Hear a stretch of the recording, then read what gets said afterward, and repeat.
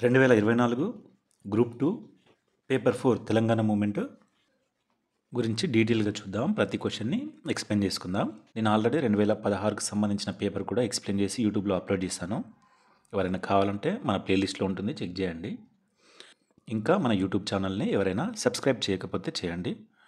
And ఈ వీడియోని ఖచ్చితంగా లైక్ చేసి మీ ఫ్రెండ్స్కి షేర్ చేయండి. ఓకే, మొదటి క్వశ్చన్, క్రింది వాక్యాలను పరిగణించండి అంటున్నారు. గోదావరి నది ఉపనది అయిన మంజీరా గోదావరి నదిని నిర్మల్లో కలుస్తుంది అని ఇచ్చాడు. ఇక్కడ నిర్మలని ఇచ్చాడు. తుంగభద్ర నది కృష్ణా నదిని ఆలంపూర్ వద్ద కలుస్తుందని ఇచ్చారు. ఇక్కడ నిర్మల అనేది తప్పు, కందకుర్తి వద్ద కలుస్తుంది. ఓకేనా. గోదావరి నది ఉపనది అయిన మంజీరా నదిని కందకుర్తి నిజామాబాద్లో కలుస్తుంది. నెక్స్ట్, తుంగభద్ర నది కృష్ణా నదిని ఆలంపూర్ వద్ద జోగులాంబ గద్వాల్ జిల్లాలో కలుస్తుంది. కాబట్టి ఆన్సర్ ఏంటి? బి మాత్రమే సరైనది. నెక్స్ట్ క్వశ్చన్ ఇటు జాతరలు ఇచ్చాడు.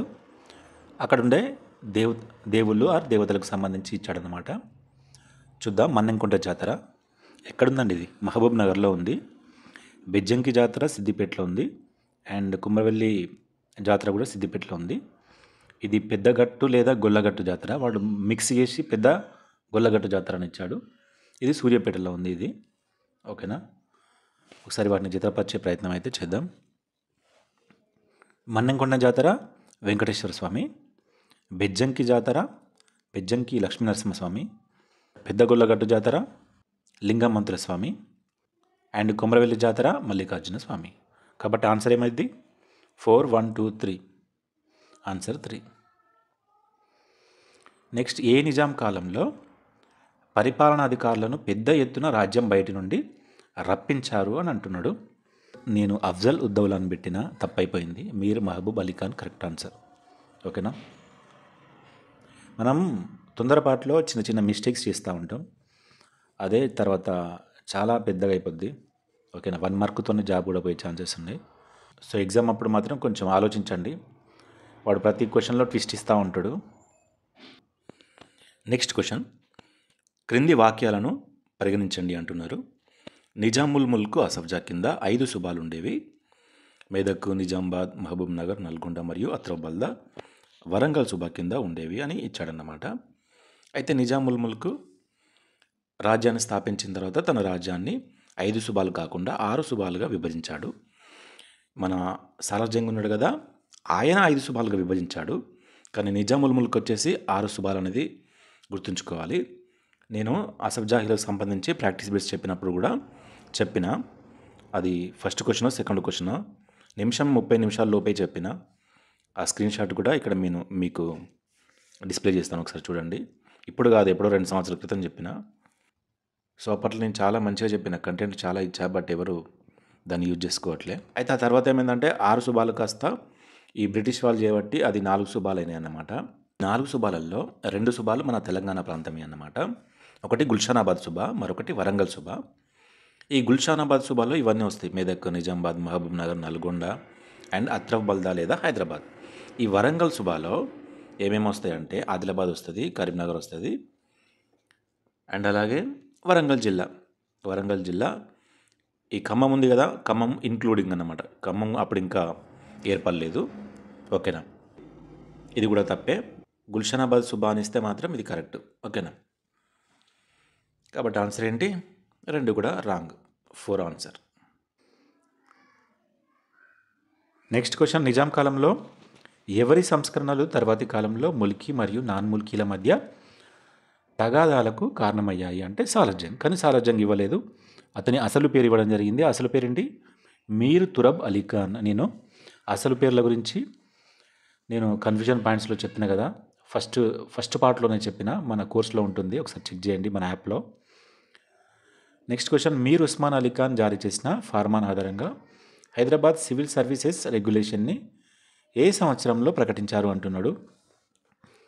మీర్ ఉస్మాన్ అలీ ఖాన్ 2 ఫార్ములాలు జారీ చేశారు. ఏంటి? 2. ఒకటి 1919 ఫార్ములా, మరొకటి 1933. 33 ఎలాగ ఇవ్వలేదు కాబట్టి 1919 పెడితే కరెక్ట్ అయిపోద్ది. ఓకేనా. 1919 పెడితే కరెక్ట్ అయిపోద్ది. నెక్స్ట్ క్వశ్చన్, తెలంగాణ సాయుధ పోరాట సమయంలో బండెనక బండిగట్టి అనే ప్రజాదరణ పొందిన పాట యాదగిరి ఎవరికి వ్యతిరేకంగా రాసినాడు అంటే నేను అసలు ఈ క్వశ్చన్ని కూడా చూడలే, డైరెక్ట్ ఉస్మాన్ అలీ ఖాన్ అని పెట్టిన, కానీ తప్పు. Correct answer Jannareddy Pratap Reddy. ఓకేనా. బండెనక బండిగట్టి 16 బండ్లు గట్టి ఏ బండ్లే పోదో కొడుకు నైజాము సర్కరోడా అన్నదైనా గుర్తుంది. నైజాం అంటే నిజాం అంతే కదా అనుకొని నేను ఉస్మాన్ అలీ ఖాన్ పెట్టేసిన, అది తప్పైపోయింది. కరెక్ట్ ఆన్సర్ వచ్చేసి జన్నారెడ్డి ప్రతాప్ రెడ్డి అంట. నేను బుక్స్ కూడా ఎతిగా దీని గురించి, అసలు ఎక్కడ దొరికి సావట్లా, గూగుల్లో కూడా ఎతిగా, అట్లా కూడా దొరుకుతలేదు. అంతే, కొన్ని అట్లుంటాయి ఇక. నెక్స్ట్ క్వశ్చన్, కింది వాక్యాలను పరిగణించండి. వ్యక్తి యొక్క అంతిమ సంస్కారములతో సంబంధం కలిగిన ప్రత్యేక సమూహం కాటిపాపలు. కరెక్టే. కాటిపాపలు నల్లని రంగు గల పొడవైన అంగవస్త్రమును ధరిస్తారు. కాదు, వాళ్ళు డిఫరెంట్ కలర్స్తోనే ఉంటాయి అన్నమాట. సో ఇది రాంగ్. భిక్షాటన సంచిలో బియ్యం మరియు ఇతర తిను పదార్థములను వీరు తీసుకువెళ్ళేవారు. మహంకాళి దేవతను ఆవాహన చేసి వీరు మాయాజాలాన్ని ప్రదర్శించేవారు, ఇంద్రజాలాన్ని ప్రదర్శించేవారు. కరెక్టే, ఇది తెలియదు. ఆన్సర్ అయితే ఏ అండ్ డి అని ఉంది. ఓకేనా. Next question, Hyderabad state Congress యొక్క స్థాపకుడు స్వామి రామానంద తీర్థ. కరెక్టే. ఆయన జాయిన్ ఇండియా ఉద్యమం ప్రారంభించిండు, కాబట్టి ఏ అండ్ బి రెండు కూడా కరెక్టే. నెక్స్ట్ క్వశ్చన్, హైదరాబాద్ ప్రభుత్వం 1946 మరియు 1948 మధ్య దాదాపు 50,000 మంది ముస్లింలను బయట నుండి అయితే రప్పించి మిలిటరీ, పోలీస్ మరియు ఆబ్కారీ శాఖలో నియమించింది. ఓకేనా. కరెక్టే. పోలీస్ చర్య తర్వాత స్థానికులు అర్హులైనప్పటికీ స్థానికేతరులకు రాజ్యంలో ఉద్యోగాలు ఇవ్వడం పట్ల కెవి రంగారెడ్డి అసంతృప్తి వ్యక్తం చేశారు. కరెక్టే.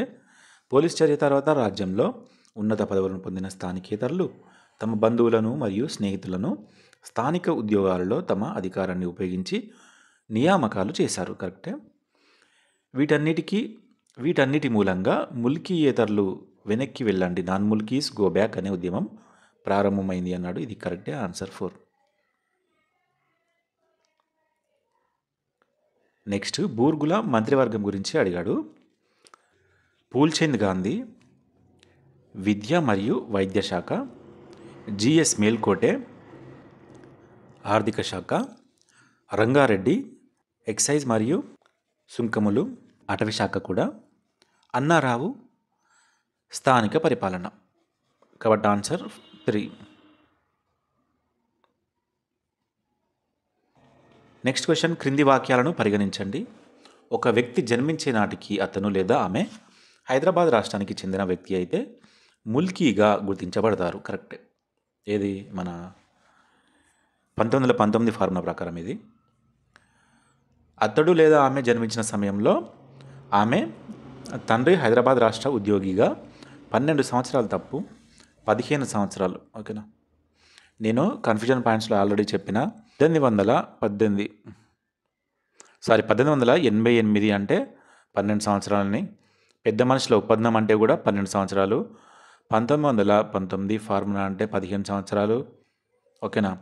అండ్ పబ్లిక్ ఎంప్లాయ్మెంట్ యాక్ట్ అంటే కూడా 15 సంవత్సరాలు, రాష్ట్రపతి ఉత్తర్వులు అంటే 4 సంవత్సరాలని మనం ఒక తెలంగాణ కన్ఫ్యూజన్ పాయింట్స్ కోర్సులో చెప్పుకున్నాం కదా. మనం బ్లైండ్గా అవి గుర్తుంచుకోవాలన్నమాట, ఏది ఏ ఇయర్ అనేది, అప్పుడు ఈజీగా చేయగలుగుతాం. ఇక్కడ ఏంది, బి తప్పు కాబట్టి ఇది దిశ. నెక్స్ట్, ముల్కీ కానటువంటి స్త్రీ ముల్కీ అయిన పురుషుని వివాహమాడిన ఆమె ముల్కీగా గుర్తించబడుతుంది. కరెక్టే. ముల్కీ కానటువంటి పురుషుడు ఒకవేళ ముల్కీ స్త్రీని వివాహమాడిన ముల్కీగా గుర్తించబడతాడనేది తప్పు. ఓకేనా. అంటే డి కూడా తప్పు, కాబట్టి ఇది ఆన్సర్ 3. ఏం లేదు, ఇప్పుడు మనం ఇక్కడనే జన్మించినాం, కానీ మనం ఆంధ్రలో పెళ్లి చేసుకున్నాం అనుకో, ఆమె ముల్కీగానే పరిగణించబడుతుంది.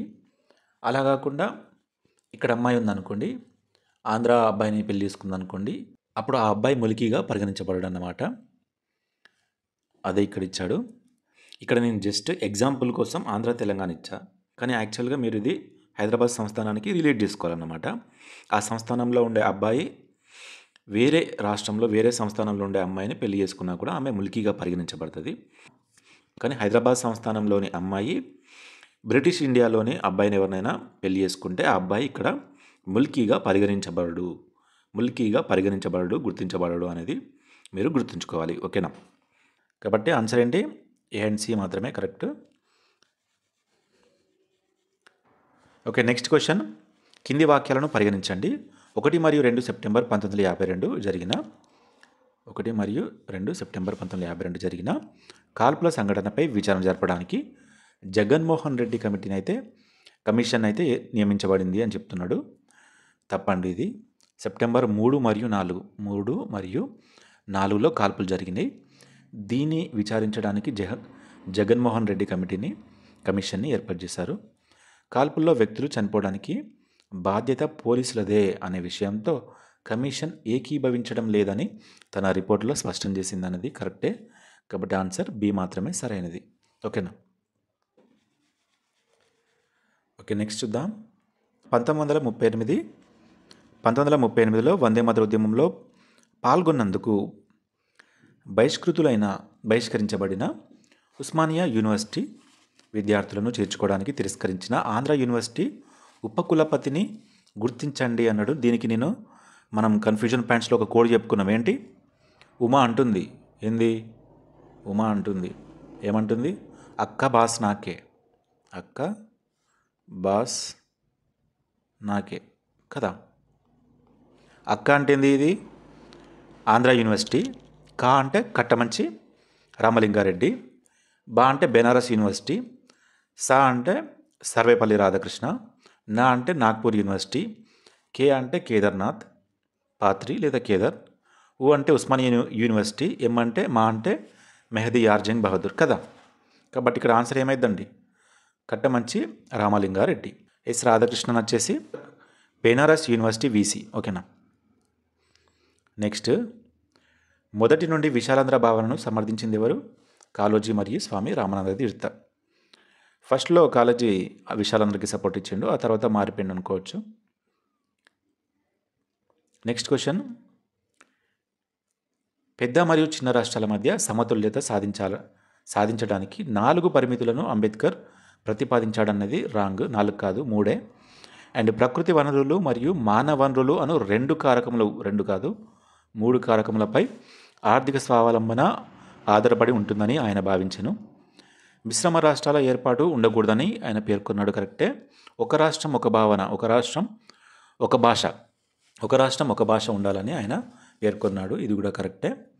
ఇక్కడ మీరు గమనించినట్లయితే ఒక్క నిమిషం. ఎన్నో క్వశ్చన్ అండి? 16వ క్వశ్చనా? 16 నేను ఇక్కడ చూడండి రాసిన ఆల్రెడీ. ఈ పీడిఎఫ్ ఆల్రెడీ మన యాప్లో ఉంది, ఆ కోర్సులో ఉంది, చెక్ చేసుకోండి పీడిఎఫ్. ఏంది? 3 చెప్పారు. ఏంటవి? జనాభా, భౌగోళిక విస్తీర్ణం, ఆర్థిక స్వావలంబన. ఈ మూడు పరిమితులను అయితే అంబేద్కర్ ప్రతిపాదించాడు. అండ్ అలాగే ఆర్థిక స్వావలంబన 3 కారకాలపై ఆధారపడి ఉంటుందని చెప్పారు. అవేంటి? ఒకటి ప్రకృతి వనరులు, మరొకటి మానవ వనరులు, ఇంకోటి ప్రకృతి వనరులు ప్లస్ మానవ వనరులు వల్ల లభించే ఆదాయం అన్నమాట. ఇది పిఎన్ఆర్ బుక్లో లేదు, అంటే నేను అప్డేటెడ్ బుక్ నా దగ్గర లేదు, పాత బుక్ ఉందన్నమాట, అందులో లేదు. అండ్ అలాగే మన రఘుదేపాక గారి బుక్లో ఉంది. ఇది ఒకసారి చెక్ చేయండి. అంబేద్కర్ గారి గురించి ఆ టాపిక్ అప్పుడు ఇది వస్తుంది. కాబట్టి ఆన్సర్ ఏమైందండి? C and D correct. ఓకేనా? ఎస్ఆర్సి కమిటీ తెలిసిందే కదా, 31 కాదు 29 డిసెంబర్. అండ్ ఫజల్ అలీ అప్పటి ఒరిస్సా గవర్నర్ అనేది కరెక్టే.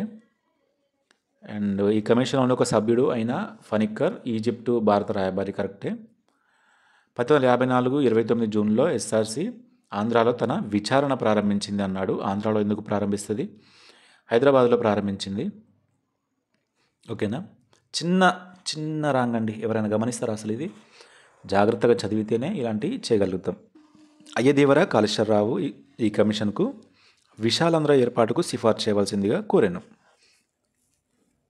అవును, కరెక్ట్ ఇది కూడా. కాబట్టి ఆన్సర్ ఏమైందండి? ఏ అండ్ డి తప్పు, అంటే బీసీఏ కరెక్ట్. నెక్స్ట్ క్వశ్చన్ చూద్దాం. ఆంధ్రాతో తెలంగాణ విలీనమైతే తెలంగాణకు అన్యాయం జరుగుతుంది అని ఫజల్ అలీ కమిషన్కి విన్నవించుకున్న టీచర్స్ యూనియన్ నాయకుడు ఎవరు? టి ఆనందరావు.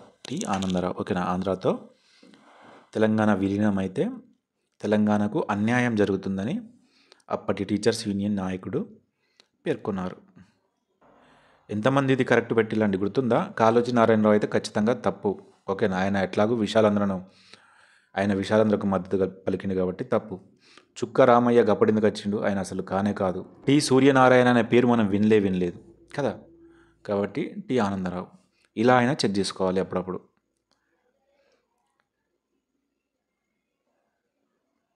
నెక్స్ట్ క్వశ్చన్, విశాలాంధ్రకు సంబంధించి కింది వాటిని కాలక్రమంలో అమర్చుము అంటున్నాడు. హైదరాబాద్ రాష్ట్ర శాసనసభలో విశాలాంధ్రపై చర్చ ప్రారంభం, శాసనసభ ఆమోదించింది. ఇవన్నీ ఒకసారి నేను పీడిఎఫ్ చేసిన కదా, ఆ పీడిఎఫ్లో ఉంటుంది, చూద్దాం. ఇలా వస్తుందనే ఇవన్నీ రాయడం జరిగింది. ఓకే. హైదరాబాద్ రాష్ట్ర శాసనసభలో విశాలాంధ్రపై చర్చ 1955 నవంబర్ 25న ప్రారంభమైంది. అండ్ శాసనసభ డిసెంబర్ 3న ఆమోదించింది. రాజ్యసభ ఆమోదం గురించి సక్క లేదు, మనకు డేట్ కరెక్ట్ లేదు. బట్ రాష్ట్రపతి మాత్రం బిల్లుపై సంతకం ఆగస్టు 31న చేసిండు. అంటే ఆ ముందే కదా ప్రవేశపెట్టేదని నేను 1956 ఆగస్టు అని రాయడం జరిగింది ఇక్కడ. ఓకేనా. ఓకే. నెక్స్ట్ క్వశ్చన్, ఉర్దూ భాష గౌరవాన్ని మరియు సముచిత స్థానాన్ని కలుగజేయవలసిన ఆవశ్యకతను రాష్ట్రాల పునర్విభజన కమిషన్ యొక్క రిపోర్ట్లోని ఎన్నో పేరాలో పొందుపరచబడింది. ఈ క్వశ్చన్ చూసుకుంటే మస్తు కోపం వచ్చింది. పేరాలు అడుగుడు ఇంద్రబాయి అనిపించింది. సర్లే, ఏం చేస్తాం. ఆన్సర్ చూసినట్లయితే 368 అట. నేనేం పెట్టినా కూడా ఐడియా లేదు నాకు. నెక్స్ట్ క్వశ్చన్, పెద్ద మనుషుల ఒప్పందంకు సంబంధించి కింది వాక్యాలను పరిగణించండి.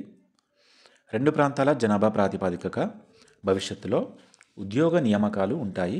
కరెక్టే. తెలంగాణలోని వ్యవసాయ భూముల అమ్మకము రీజనల్ ఆర్ ప్రాంతీయ కమిటీ నియంత్రణలో ఉంటాయి. ఈ రెండు కరెక్టేనండి. తెలంగాణ మరియు ఆంధ్ర ప్రాంతంలో భవిష్యత్తు అభివృద్ధిని అంచనా వేయడానికి ఈ రెండు ప్రాంతాల్లో రీజనల్ కౌన్సిల్ను ఏర్పాటు చేశారు. రెండు ప్రాంతాల్లో ఎందుకు ఏర్పాటు చేశారు? ఒకటే తెలంగాణలోనే చేశారు, ఆంధ్రాలో చేయలేదు. సో ఇది తప్పండి. అండ్ విధానసభ మెజారిటీ సభ్యుల అభిప్రాయం ప్రకారం తెలంగాణలో మద్యపాన నిషేధం అమలు కాబడుతుంది అన్నాడు. ఇది కూడా తప్పు. విధానసభ మెజారిటీ కాదు, తెలంగాణ శాసనసభ్యులు ఉంటారు కదా, తెలంగాణ శాసనసభ్యులు, వారి మెజారిటీ ప్రకారం ఈ మద్యపాన నిషేధం అమలు కాబడుతుంది అన్నమాట. కాబట్టి ఇక్కడ సిడి తప్పు, ఆన్సర్ వచ్చేసి ఏబి. ఇక్కడ మీరు ఈ పీడిఎఫ్ చూడండి, అర్థమవుతుంది. ఇక్కడ ఆల్రెడీ నేను రాయడం జరిగింది. ఇక్కడ కేవలం తెలంగాణలో మాత్రమే తెలంగాణ శాసనసభ్యుల అభిప్రాయం ప్రకారం తెలంగాణలో మద్యపాన నిషేధం అమలవుతుంది. ఓకేనా. సో వీడియో చూసే ఓపిక లేకపోతే పీడిఎఫ్ అయినా చూసుకోండి, ఎందుకంటే నేను ప్రతి క్వశ్చన్లో ఇలా రాయడం జరిగింది. ఓకేనా. Next question, Andhra Pradesh first persons గురించి ఇచ్చాడు. CM Trivedi governor and Puchalapalli Sundarayya ప్రతిపక్ష నేత. మాడపాటి హనుమంతరావు విధానమండలి chairman. And Ayyadevara Kaleswararao speaker ఏది? సభాపతి కదా, సభాపతి అంటే స్పీకరే కదా. ఆంధ్రప్రదేశ్ విధానసభ మొదటి సభాపతి లేదా స్పీకర్ కాళేశ్వరరావు. మరి ఆన్సర్ ఇక్కడ అయితే ఇక్కడ 1కి సంబంధించి ఇన్ఫర్మేషన్ ఏంటంటే చెప్పండి. ఇది డిప్యూటీ స్పీకర్ అన్నమాట. డిప్యూటీ స్పీకర్ ఎవరు? కల్లూరి సుబ్బారావు. ఎవరు? కల్లూరి సుబ్బారావు, కె సుబ్బారావు.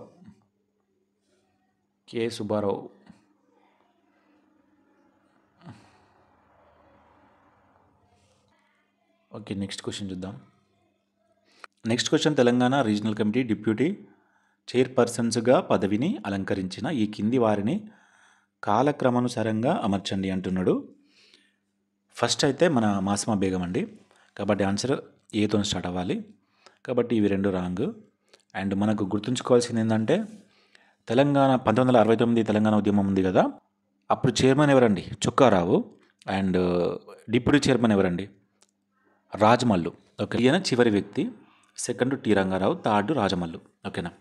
మాస్మా బేగం 1960 నుండి 62 వరకు, ఆ తర్వాత రంగారెడ్డి 1962 నుండి ఎప్పటివరకు అండి 67 వరకు 67 వరకు.